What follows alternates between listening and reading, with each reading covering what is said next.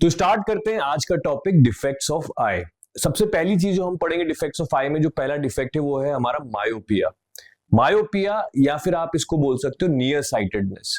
इसमें होता क्या है, सबसे पहले तो ये बात करते हैं, क्योंकि मुझे खुद को मायोपिया है, यानी कि मुझे दूर की चीजें दिखने में देखने में प्रॉब्लम होती है, पास की चीजें मैं देख पाता हूं। इसी वजह से इसको कहते हैं नियर साइटेडनेस, यानी पास की जो है मुझे चीजें क्लियरली दिखती हैं, मगर दूर की चीजें देखने में मुझे प्रॉब्लम आती है। ये अराइज कैसे होता है, एक बार इस पे डिस्कशन करते हैं। आओ, तो यहां पर एक डायग्राम है, मैं डायग्राम खुद बना के दिखाना चाहता हूं आपको। तो डायग्राम समझते हैं। जैसे मान लीजिए कि आपकी आई बॉल्स है, अब आपको पता ही हमारा आई लेंस है, और यहां पर है रेटिना, जहां पर हमारी इमेजेस बननी चाहिए। यहां पर है रेटिना, यहां पर क्या है, रेटिना, ठीक है। अब होता क्या है कि जो आइडियल या नॉर्मल आईज है, उनकी रेंज क्या होनी चाहिए कि कहां से कहां तक आपको दिखनी चाहिए चीजें, तो उसकी रेंज होती है 25 सेंटीमीटर से लेकर इंफिनिटी तक। इंफिनिटी जो चीजें जो इंफिनिटी पे है वो भी आपको दिखनी चाहिए। अब इसमें क्या होता है कि जब इंफिनिटी से लाइट रेज आती है, इंफिनिटी से जो लाइट रेज आती है वो पैरेलल आती है, ये लेंस की जो हमारा आई लेंस जो होता है उसकी जो है पावर बढ़ जाती है। पावर बढ़ने से फोकल लेंथ कम हो जाती है, और इसको करना तो चाहिए रेटिना पर इमेज बनानी चाहिए, जबकि ये पहले ही बना देता है। समझना, रेटिना पे इसको बनाना चाहिए था। अगर ये आंख सही होती तो असली में इमेज जो है बननी चाहिए थी कहां पर, यहां रेटिना पे, तो आपको प्रॉपर क्लियर इमेज दिखती। मगर इसकी जो है पावर बढ़ने के कारण, और पावर जो होता है वो 1/f होता है। तो जब फोकल लेंथ कम हो जाती है अगर पावर बढ़ती है तो, क्योंकि इनवर्सली प्रोपोर्शनल है, तो ये इसकी पावर बढ़ने के कारण इसकी बेंडिंग जो कैपेबिलिटी है इसकी बढ़ जाती है, और ये पहले ही कन्वर्ज कर देती है रेटिना से। अब इस टाइप का डिफेक्ट, जो चीज इंफिनिटी से आ रही है, इसका मतलब जो नॉर्मल आई के लिए फार पॉइंट होता है, नियर पॉइंट और फार पॉइंट दो चीजें होती है, फार पॉइंट और नियर पॉइंट। तो इसके लिए जो इंफिनिटी नहीं रह पाता, फिर इसके लिए फार पॉइंट हो सकता है कि 100 सेंटीमीटर हो, या फिर 150 सेंटीमीटर हो, या फिर 50 सेंटीमीटर हो। इसका मतलब है कि 100 सेंटीमीटर से जो बाद की चीजें हैं वो देखने में इश्यू है, 150 सेंटीमीटर के जो बाद में चीजें हैं वो देखने में दिक्कत है। अगर जैसे ये आदमी यहां खड़ा हुआ है, ठीक है, तो इससे आप लगा लो कि 100 सेंटीमीटर तक तो इसको बढ़िया दिखेगा, मगर इसके बाद सब धुंधला हो जाएगा, यानी कि ये आसपास की चीजें तो देख पा रहा है, ज्यादा दूर की चीजें नहीं देख पा रहा है। और रीजन क्या है, रीजन है कि इसके आंखों के लेंस की पावर बढ़ चुकी है, या फोकल लेंथ कब ऐसा हुआ कि उसके ऊपर बात करेंगे। पहले इसकी बात करते हैं कि इसको सुधारा कैसे जाए। तो हम इसको सुधारने के लिए एक और डायग्राम मैं आपके लिए बनाता हूं। इसको सुधारने के लिए हम क्या करते हैं, हम एक डाइवर्जिंग लेंस लगाते हैं। फिर से यहां पर रेटिना है, ठीक है। अब इसी तरह जब पैरेलल रेज आएंगी, ठीक है, हम एक कॉनकेव लेंस का यूज करेंगे। कॉनकेव लेंस को हम डाइवर्जिंग लेंस भी बोलते हैं। जिससे क्या होगा कि ये जो रेज है ये थोड़ी थोड़ी डाइवर्ज हो जाएंगी, ये जो रेज है थोड़ी थोड़ी क्या हो जाएंगी, diverge.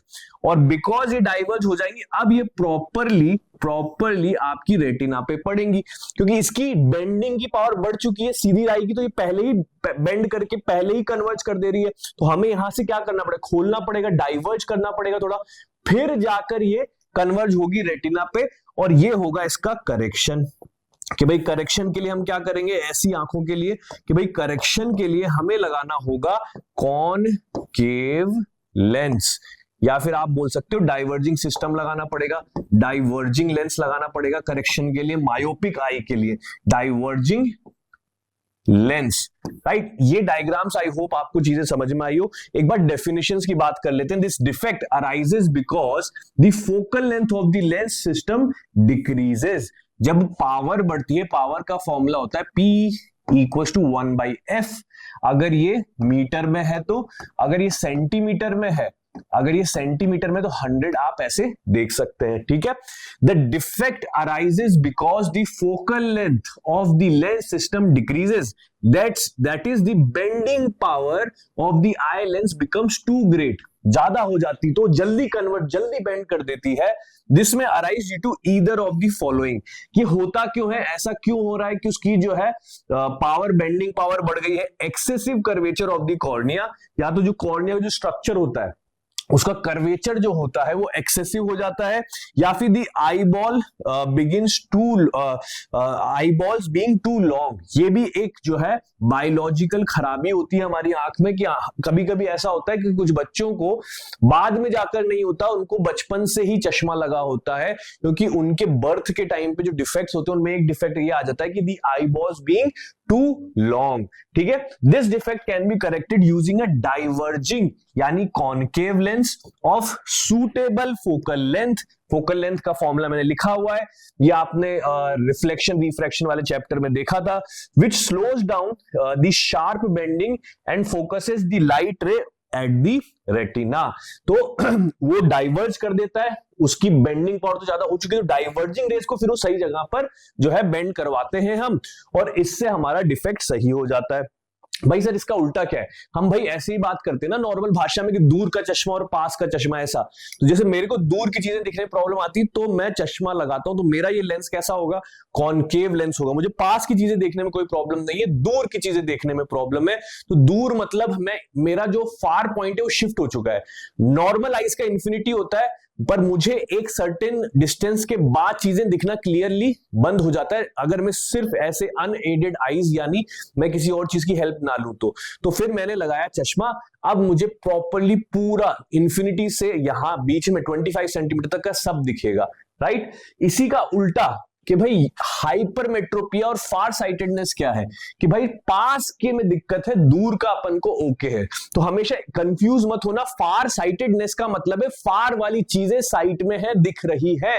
Hypermetropia is far sightedness, यानी कि पास वाली चीजों में दिक्कत है, दूर वाली में कोई दिक्कत नहीं है, राइट। फार साइटेडनेस और हाइपरमेट्रोपिया जो है, इसके अंदर क्या होता है, the image of nearby objects is formed behind the retina. ये भी बिल्कुल ऐसी प्रॉब्लम है, डायग्राम बना के समझाता हूं कि होता क्या है कि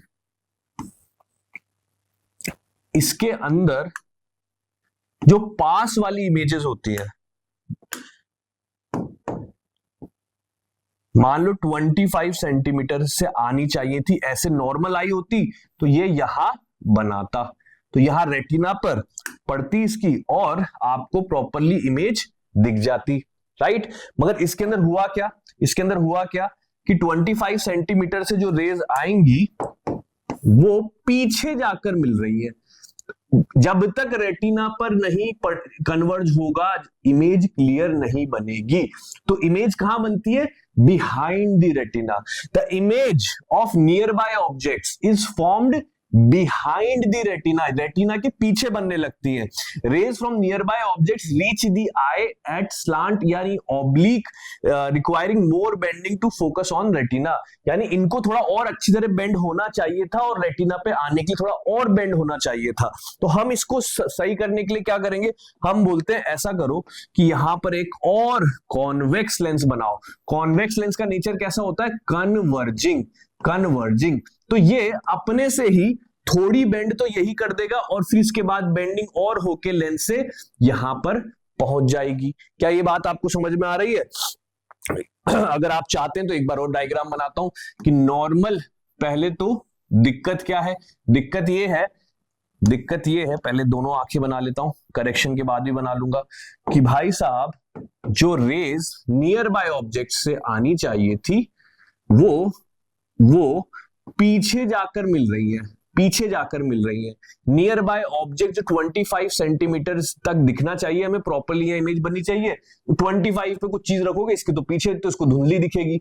यानी इसका शिफ्ट क्या हुआ है, इसमें इसका शिफ्ट होता है नियर पॉइंट, नियर पॉइंट जो कि नॉर्मल आई का कितना होना चाहिए, नॉर्मल आई का होना चाहिए मेरे बच्चे 25 सेंटीमीटर। इसको कैपिटल डी भी बोला जाता है, डिस्टेंस ऑफ डिस्टिंक्ट विजन के नाम से हम इसको जानते हैं, distance of distinct vision, right. तो डिस्टेंस ऑफ डिस्टिंक्शन 25 सेंटीमीटर। अब इसका हो सकता है कि इसका 35 सेंटीमीटर के पहले जो है 35 सेंटीमीटर तक तो सही दिखता है, उसकी 35 से 25 के बीच में नहीं दिखता है, धुंधला दिखता है। हो सकता है इसका नियर पॉइंट शिफ्ट होकर 45 सेंटीमीटर हो चुका हो सकता है 50 सेंटीमीटर हो चुका हो, एंड अकॉर्डिंगली जो भी होगा इसका, उसके अकॉर्डिंगली फिर हम इसको चश्मा पहनाएंगे। जितना ज्यादा शिफ्ट होगा उतना ज्यादा नंबर इसका देखना पड़ेगा, अपन को मैनेज करना पड़ेगा।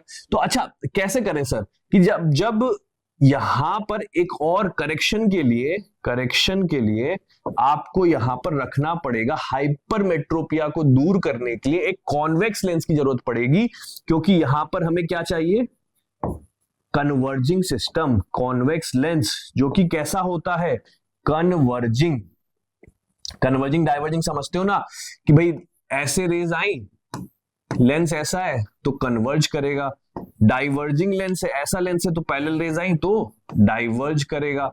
This is called diverging, this is called converging, ठीक है।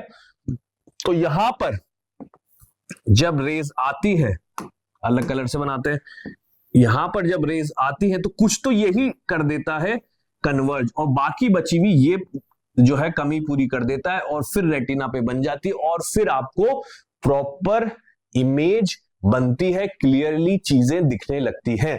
आई होप आपको दोनों डिफेक्ट्स बढ़िया से समझ में आए होंगे। इसके बाद अपन पढ़ लेते हैं इसमें क्या क्या होता है। यहां पर लिखा हुआ है, rays from nearby objects reach the eye at a slant या ऑब्लिक, मतलब कि वो जो है नहीं मिलती है, पीछे मिलती है। मोर बेंडिंग टू, हमें और बेंडिंग की जरूरत पड़ती है to focus on the retina.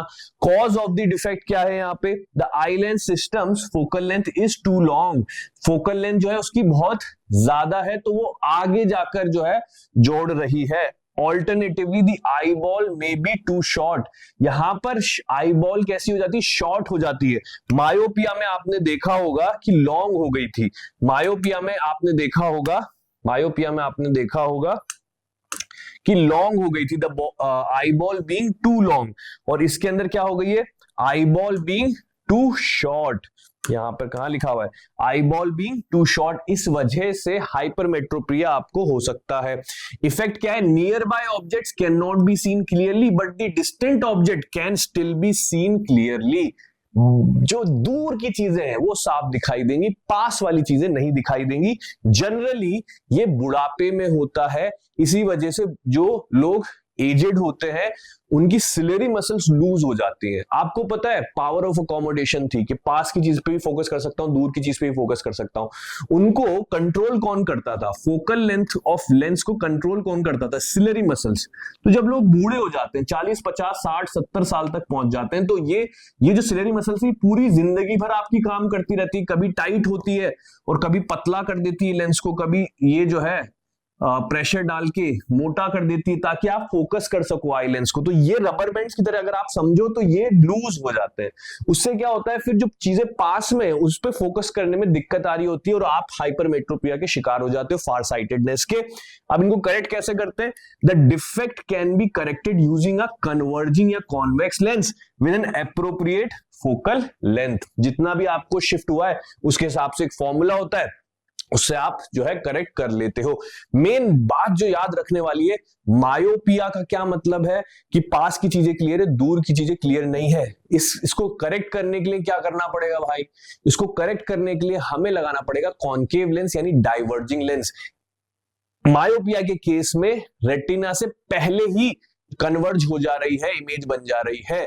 और हाइपरमेट्रोपिया में सब कुछ उल्टा, कि यहां पर जो है दूर की चीजें बहुत बढ़िया दिख रही है, पास की चीजें देखने में दिक्कत हो रही है। लेंस कौन सा यूज करेंगे करेक्ट करने के लिए, कन्वर्जिंग लेंस यानी कॉन्वेक्स लेंस। इसके अंदर रेटिना के पीछे इमेज बन रही है, हमें थोड़ा और कन्वर्ज करना पड़ेगा रेटिना पे इमेज डालने के लिए। आई होप इतना आपको समझ में आया होगा। ये एक डायग्राम भी इन्होंने दे रखा है कि भाई जो 25 सेंटीमीटर है, तो यहां पर पीछे की साइड बन रही है, पीछे की साइड बन रही है, तो हमने एक लेंस और लगाना पड़ा जिससे कि फिर आप प्रॉपर रेटिना पे बना पाओगे। राइट, आगे बढ़ते हैं। और क्या डिफेक्ट्स होते हैं, विजन में, उन पे बात करते हैं। अगला डिफेक्ट है प्रेस बायोपिया। अब ये प्रेस बायोपिया क्या है? ऐसे लोग जिनको दोनों ही दिक्कत है, दूर का भी दिखने में प्रॉब्लम है, पास का भी दिखने में प्रॉब्लम है, हाइपरमेट्रोपिया भी है, मायोपिया भी है। इनके चश्मे बिल्कुल मस्त होते हैं। इनके चश्मे अगर आपने देखे होंगे तो जो बूढ़े लोग होते हैं जनरली उनको होता है, इनके चश्मे में दो दो चश्मे होते हैं। यानी कि जब कुछ चीज पास में पढ़नी है, ऐसे नहीं देखा कुछ लोग ऐसे करके पढ़ रहे होते हैं, ऐसे करके ऐसे देखेंगे और फिर ऐसे पढ़ लगेंगे। तो अब नए चश्मे आते हैं तो उसमें यहीं पर कटआउट होता है और यहाँ दूसरे लेंस होते हैं। ये है पास का पढ़ने के लिए, ये दूर का देखने के लिए। ठीक है। As people age, the power of accommodation of the eye decreases। जैसा कि मैंने अभी आपको समझाया कि एक्चुअली थक कौन रहा है, कि सिलेरी मसल जो है ये लूज हो गई है, इसकी वजह से हम फोकस नहीं कर पा रहे हैं। This leads to difficulty in reading clearly without eye glasses. तो वो जो है पास वाली चीजों पे भी फोकस करने में दिक्कत है, दूर की दिक्कत है। कॉज ऑफ द डिफेक्ट क्या होता है? The defect arises due to weakening of ciliary muscle, जैसा कि मैंने कहा, and the diminishing flexibility of crystalline lens. तो हमारा जो लेंस है उसकी फ्लेक्सिबिलिटी पे भी असर पड़ता है। जितना आप बूढ़े होते जाओगे उतना आपका थक जाएगा ना यार। एक मशीन है, उसको कितना घिसोगे आप? एक इंस्ट्रूमेंट है, आप उसको जिंदगी भर यूज किए, जब भी आप बाहर जा रहे हो, जब भी आप देख रहे हो, जब भी आप उठे हुए हो, आप यूज कर रहे हो पूरे टाइम अपनी आईज को। कभी आप यहाँ फोकस करते हो, कभी, इसलिए कहते हैं ना कि टीवी दूर से देखो, टीवी दूर से देखो। क्योंकि टीवी देखने से क्या होता है, आप अगर बहुत लंबे समय तक टीवी के सामने बैठ के देख रहे हो तो आपकी आंखें एक पर्टिकुलर फिक्स्ड डिस्टेंस पे फिक्स्ड है। ठीक है। फिर जो है आप वहां पर स्ट्रेन पड़ता है आपकी आंखों में और आपकी आंखें खराब होने के चांसेस ज्यादा होते हैं। गलत नहीं बोलते माँ बाप। Impact on vision. A person with presbyopia experience symptoms of both myopia यानी नियर साइटेडनेस एंड हाइपरमेट्रोपिया यानी फार साइटेडनेस। इसका करेक्शन क्या है? Presbyopia is often corrected by bifocal lenses which combine lens for both near and far vision। तो यहां पर अलग lens है और यहां पर जो है दूसरा लेंस है, एक फार साइटेडनेस को सही करने के लिए और एक नियर साइटेडनेस को सही करने के लिए। तो बेसिकली आप ऐसा समझो, जो हमने मायोपिया और हाइपरमेट्रोपिया पढ़ा, ये दोनों का ही मिक्स कर दिया, दोनों दिक्कतें आ गई हैं। तो अब दोनों को सही करने के लिए बाइफोकल लेंस यूज करने पड़ेंगे, जिसमें एक ही में दो लेंसेज है। ठीक है। Moving on to the next question. Next defect astigmatism. अगला जो डिफेक्ट है विजन का वो है एस्टिग्मेटिज्म। ये क्या डिफेक्ट है भाई? In this defect a person can not focus on both horizontal and vertical lines at the same time. मतलब कि ऐसे डिफेक्ट के अंदर मैं वर्टिकल लाइंस बना दूं और मैं इसे हॉरिजॉन्टल लाइंस बना दूं। कोई पिक्चर है या कहीं आप कुछ देख रहे हो, कोई टी शर्ट पहन के आया जिसमें ऐसी लाइनें भी हैं और ऐसी लाइनें भी हैं, तो इनके साथ दिक्कत क्या होती है? ये एक पे फोकस करते तो दूसरी खराब हो जाती है, दूसरे पे फोकस करते तो पहली वाली खराब हो जाती है। In this defect a person can not focus on both. या तो वो हॉरिजॉन्टल पे कर पाएगा या वर्टिकल पे कर पाएगा। इसमें डिफेक्ट क्या होता है? कॉज ऑफ द डिफेक्ट क्या है? डिफेक्ट अराइज कैसे हुआ? The defect arises due to the irregular curvature of the cornea in different direction. अब सबका नियर स्फीयर होता है नॉर्मल आई का, पर बाय बर्थ कभी ऐसा होता है कि प्याज जैसा शेप आ गया तुम्हारे उसका आई बॉल का, ऐसा शेप जैसा आ गया, तो फिर दिक्कत हो जाती है। तो फिर कौन सी दिक्कत होती है? एस्टिग्मेटिज्म की प्रॉब्लम होती है। The cornea has different curvatures in perpendicular plane causing a focus issues. तो इसमें फोकस करने में दिक्कत आती है। बस इतना सही हमें जानना है। हमारी वैसे है नहीं, ये एक एक्स्ट्रा चीज ही है, एक्स्ट्रा डिफेक्ट है जो आपको बाद में जाके पढ़ना होगा, पर हमने सोचा तो इसको भी इंक्लूड कर लेते हैं डिफेक्ट ऑफ विजन में। तो 4 डिफेक्ट्स हो गए हमारे। कौन कौन से? Myopia, hypermetropia, presbyopia and the fourth one is astigmatism. Effect on vision क्या होता है? The eye can not focus, the eye can focus well in one direction, sorry, horizontal और vertical, but not in the perpendicular direction. जब horizontal पे करेगा तो vertical खराब हो जाएगा, वर्टिकल पे करेगा हॉरिजॉन्टल खराब हो जाएगा। इसका करेक्शन कैसे करते हैं भाई? Cylindrical glasses are used to correct the defect of the compensating for the uneven curvature of the cornea. इसमें सिंपल बात है कि हम जब भी ये जो चश्मा पहनते हैं वो चश्मा स्फेरिकल लेंसेज का बना होता है। मतलब कि जो लेंस है वो एक स्फीयर से काट कर बनाए होते हैं कि भाई वो एक स्फीयर इधर, एक स्फीयर इधर है, तो ये जो बीच का है ये लेंस है बेसिकली। एक स्फीयर ऐसे कर्वेचर है इसका, एक स्फीयर इधर से कर्वेचर है, और बीच का जो ये हिस्सा है ये हमारा लेंस बनता है। तो ये स्फीयर का हिस्सा होता है। मगर इस जो है डिफेक्ट है, इसको सही करने के लिए मुझे सिलिंड्रिकल लेंसेज यूज करने पड़ते हैं। सर सिलिंड्रिकल लेंस क्या है कि भाई जो सिलिंड्रिकल लेंस है बेसिकली कि इस सिलेंडर को यहां से काटना पड़ेगा और यहां से लेंस बनेगा सिलिंड्रिकल लेंस। ये जो टुकड़ा बनेगा ये एक सिलिंड्रिकल लेंस का काम करेगा और ये सही करेगा। उसकी फिर एक्सिस भी सेट होती है, जैसे मेरी एक आंख में सिलिंड्रिकल लेंस है तो उसमें एक एक्सिस भी जो है वो कैलकुलेट करते हैं कि इस एक्सिस पे 44 डिग्री इतना जो है इस पे हमें वो एक्सिस रखनी है। कौन सी एक्सिस? इस सिलेंडर की एक्सिस, तब जाके ये डिफेक्ट सही हो पाएगा। तो आपको समझ में आया स्फेरिकल और सिलिंड्रिकल लेंस के बीच में फर्क। एनीवेज आगे बढ़ते हैं। कलर ब्लाइंडनेस, पांचवा जो है हमारा लास्ट डिफेक्ट वो है कलर ब्लाइंडनेस। कलर ब्लाइंडनेस में क्या होता है भाई? Colour blindness is a defect where a person can not distinguish between certain colours. कुछ कलर्स जो है उसको अगर दे दिए जाए तो उसको वो सेम जैसे दिखेंगे। जो नॉर्मल आई वाला है वो कहेगा क्या रहे, तो लाल है और ये पर्पल है, ये नीला है। पर जो कलर ब्लाइंड होगा उसको कुछ कलर्स ऐसे होते हैं जो सेम ही नजर आ रहे होते हैं। अभी ऐसा क्यों है? The defect occurs due to absence of certain corn cells in the retina that responds to specific color. RGB, red, green, blue. RGB.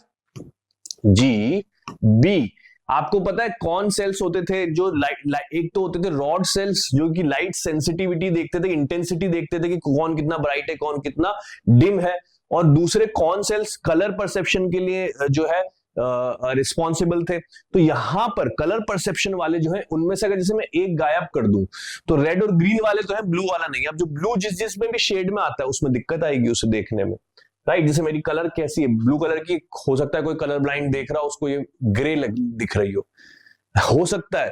कई लोगों को बहुत आगे जाके पता चलता है कि एक्चुअली पूरी life they are missing one colour. उनको लगता है कि ऐसी तो है दुनिया, नॉर्मली दुनिया जैसे जब से पैदा हुआ तब से ऐसे ही देख रहा हूं। फिर एक दिन उनको दिए जाते हैं ग्लासेस आते हैं कलर ब्लाइंडनेस को जो है सही करने के लिए। फिर वो एकदम से लगाते हैं तो उनको ऐसा लगता है एकदम से कि ये तो नई दुनिया है, एक नया ही कलर हो गया है और उस नए कलर की वजह से डिफरेंट शेड्स आ गए हैं दुनिया में। तो बहुत ही कमाल का जो है एक्सपीरियंस रहता होगा उनका। Nature of the disorder, colour blindness is genetic disorder. इसको अपन जो है मतलब जेनेटिक है, हम जो है कुछ नहीं कर सकते। अगर आपके जीन्स में वो है तो आ जाएगा वो और आप जो है कलर ब्लाइंड हो सकते हो। It is difficult to cure, इसको क्योर तो नहीं किया जा सकता। हाँ, चश्मा लगा के आप उसको थोड़ा सही कर सकते हो कि हाँ चश्मा लगा के आपको सारे कलर दिख जाएंगे। मगर क्योर करने का मतलब है कि बिना चश्मा भी यूज ना पड़े, क्योर ही हो जाए, वो तो बड़ा डिफिकल्ट होता है। ठीक है। रेड ग्रीन कलर ब्लाइंडनेस होती है, जैसे a person with red green colour blindness can not distinguish between red and green colours. ऐसा एक एग्जांपल दिया है। However they can see other colours normally. हालांकि वो जो है दूसरे कलर्स जो होते हैं वो नॉर्मली जो है देख लेता है, राइट। अब है मेरे पास कुछ सवाल प्रैक्टिस करने के लिए आपकी, ये एनसीईआरटी से मैंने लिए हैं और जितना मैंने अभी तक पढ़ाया है आई होप सारे के सारे सवाल आपके हो जाने चाहिए। अभी आप जो है स्क्रीनशॉट लीजिए, पॉज करिए वीडियो, सबके आंसर लिखिए और फिर हम इसको डिस्कस करेंगे लेटर।